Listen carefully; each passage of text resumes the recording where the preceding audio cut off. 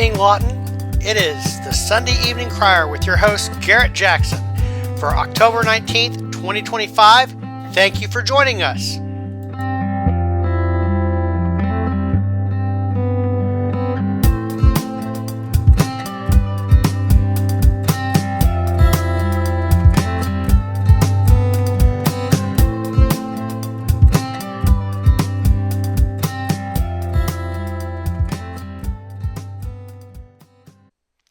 This past week after the City Council meeting, we spoke with John Ratliff, Lawton City Manager, about some of the issues that came up before Council. Please take a look at what we talked about. Good evening, Mr. Ratliff. How are you doing this evening? Good. How are you doing, Garrett? I'm doing well. Thank you for asking. So tonight on the City Council agenda, we had a number of items, and I want to start back with an item that was back in June that was brought to the city's attention back in April, and that has to do with a hacking incident. Can you give us an update about what's going on with that hacking incident that we read about in June?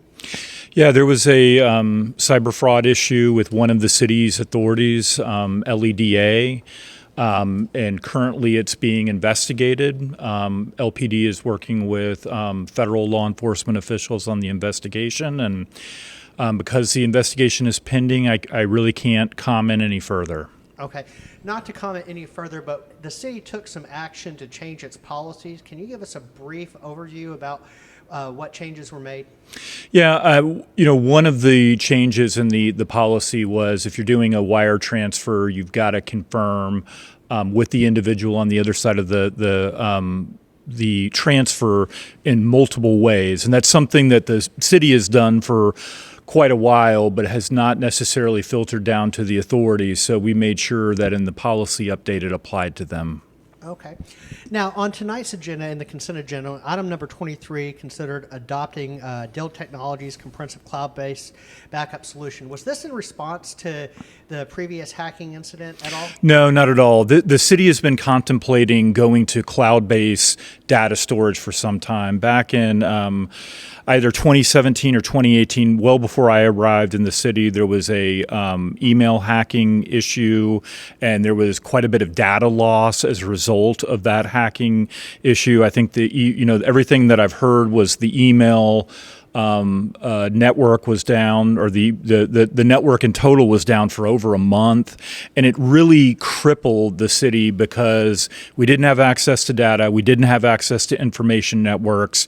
So physical servers where the data is currently kept for the city are vulnerable to attacks. They're vulnerable to power surges. We had an issue a couple of summers ago where a door was left open and the temperature in the room became too hot and the server shut down. And those are the types of vulnerabilities that you have when your data is stored on a physical server. So by moving to cloud-based technology, we feel like we're preserving our data, we're making it more secure, we're having it in an area where it can be backed up appropriately. So if there is a data breach, if there is some sort of network intrusion, your data is safe and secure. So that's been something that the city has talked about for probably a couple of years now, and we're getting around to it, or we got around to it on this agenda. So that has nothing to do with the cyber fraud incident. Currently, who does the city of Lawton use for their email client? Is it Microsoft or Google or? It's Microsoft Outlook. Microsoft Outlook? Okay. Yeah. And is that run through Microsoft, or is that a separate cloud entity? It's run through Microsoft. Okay. Yeah. Now, tonight on that particular agenda, it said that the contract was for $44,000. Is that an annual yeah, it payment? is. Yeah. Okay. Moving on to a couple other things real quick, and I know your time's very valuable. This evening we had some redistricting or rezoning of different parts of the city of Lawton. Can you tell me a little bit about why it's so important that the local community is able to redistrict or rezone parts of different neighborhoods that are traditionally like R1 to R2? Yeah, I think the biggest thing is over time, communities change. Like we can see that in Lawton and several different places. I mean, you look on Cash Road, right on the road front, for a long time between Sheridan and 38th Street on Cash Road, you had homes. And you still have some homes there, but slowly those homes have been replaced by businesses over the years. And so use changes, neighborhoods migrate, people move. And so just like anything in life, things aren't static, they change and evolve over time. And so the zoning kind of keeps up with those changes. And so, I think citizens should be involved in that process. They should keep an eye on the agenda for the Municipal Planning Commission, where these items are discussed at length initially, and then the Planning Commission makes a recommendation to the City Council. It's just these neighborhoods, these subdivision, these areas, their use changes over time based on who's there. Okay. Real quick, when you do a rezoning like this, can you tell us a little bit how the city is impacted? Like, for example, tonight on the agenda, there was a couple of duplexes that wanted to be built. Does that change the tax base at all in that particular area? Sure. If there's a business that's seeking to move in there that's revenue generating, absolutely that can increase the tax base. Okay. Have you found that with this type of increased development in a previously not, I'm looking for a good word here, but just, I don't want to say... consistent with that use? Right. Has that been something that you feel brings up an area? Well, I mean, it all depends upon what's going in there. If it's a... it just really depends, but it certainly can. And we get it. These are neighborhoods, they're residential areas, and people are going to have questions about that, and they're going to have questions about what's going in there, and that's only natural. What I would encourage citizens to do is if they have those questions, come to the Municipal Planning Commission meeting, come to the City Council meeting. Our Director of Planning and other municipal officials are available for questions, and we can answer those. And we can either make citizens feel good about what's going in there, or we can, arm them with the information they need to oppose it. Well, that's really, really good. And one last question before we get going for this evening, and I know it's kind of an early meeting as far as City Council meetings go, but I know you're had a full day as well. Would you be interested in coming back on our show for our On the Record podcast? Sure, yeah. Absolutely. Mr. Ratliff, thank you very much for being with us this evening and answering our questions. We look forward to talking with you again. Thank you, Garrett. Have a great evening. You too. If you were around Lawton this past weekend, you would have enjoyed our trunk or treat out at the park. This was put on by a local civic agency, and take a look at what we saw. So, good afternoon, everybody. How are y'all doing today? Wonderful. Wonderful. What are y'all's names? I'm Kathy Suttles with Next Mortgage. And I'm Daisy Christian, and I represent through Ambax and obviously the real estate industry as well. Okay, so what brings you out today to the park? Well, you can't miss this with all these people out here. This is one of the most fun things for a family to do all year long. When we have thousands of people and family dressed up, I've been doing it for a few years, and it's a wonderful experience. It is a community event, and we are one of the few people that participate in all the activities, and contribute to the community. It's fun, it's a lot of people, we have a big turnout, and we enjoying participating. So how long have y'all been doing this activity? I think this is my third year. For 3 years, I think. Yep. And the plan is to continue doing a yearly event. Yep. That's awesome. What other activities do y'all participate in? Well, like she's in Ambox. Yes, Ambox. We have a car show coming up. So we have a huge car show, the biggest car show in South Oklahoma. And that is coming up soon. Also, we have other community activities. We feed the homeless. We help the shelters, the food bank. We do the annual garage sale also that we do it in June. And we participate in a lot. The pancake also, that is the men's club, we also participate and help them to go through that. And when is the Ambucks Pancake Days? I think it's next month, I think, October. November? October, I think it's the end of October. End of October. Okay, well we'll reach We'll back get out. to it, but Yes. just get ready because it's a big event at the Coliseum. You know, you have tickets, you can prepay the tickets or pay at the door. Well, and I'm also a veteran, so I love to support all of our veterans and active duty families in various activities that way.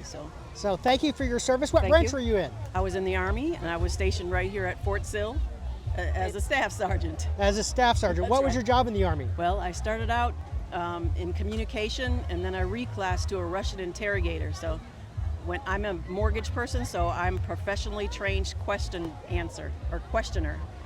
Awesome. Thank you, ladies. Thank you. And I served the military too. I'm a ex-military. We retired here in Fort Sill, and that's how we ended up here. We served the real estate and the real estate. We served the armed forces, you know, and purchasing homes and welcome them to come in many activities that we do also to participate. Awesome. Ladies, thank you very much. Thank You're you, and thank welcome. you. Thank you, and Okay, thank you for coming. have fun today. You too.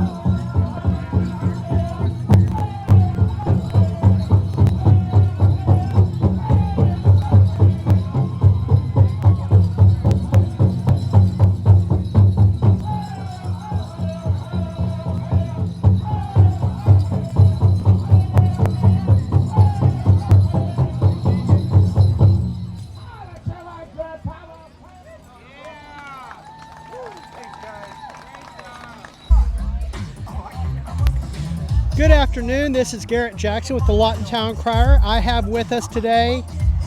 Cheyenne Pocawatchit. Okay. And where are you from? I'm from here in Lawton, Oklahoma. And what organization or group do you represent today? Well, today I'm representing my job. I work for the Sure State Plus Best Western, but right now we're going to be transitioning to the Comanche Ria Hotel. So you come down for Comanche Fair or any type of powwow, you give me a call. Awesome. So tell us a little bit of what we just saw today here at the park. Okay, so this is a little bit of my culture. So I'm a Comanche Nation, come direct citizen from the Wild Horse descendant. I dance fancy, so that's what we did today. We showcased it, me and my two brothers. Sorry guys, I'm kind of short of breath. I'm tired. Just got done dancing, but yeah, that's what we did today. Showcased our southern style. On Monday, we have the Comanche County Board of Commissioners meeting. Also on Monday is digitizing VHS cassettes at the Lawton Public Library. 3D printing is also from 5:30 to 7. Tuesday, the library is opening Bright Beginnings, story time at the library. Cover to cover book club at the library. And then on Wednesday, cricket basics, treat bags at the library as well. Thursday, we have Sit, Stay, Read, Literacy Dogs. Friday, we have Heart, Storytime, and Craft. And Saturday, as usual, our Lawton Farmers Market. So, this concludes another Sunday Evening Crier. I'd like to thank you for joining us. And as always, we're trying out new things. So if the audio doesn't sound great today, I'm working on it. I'm trying new things, trying to learn how to do this a little bit better. Thank you for your grace. And as always, I'll see you at City Hall.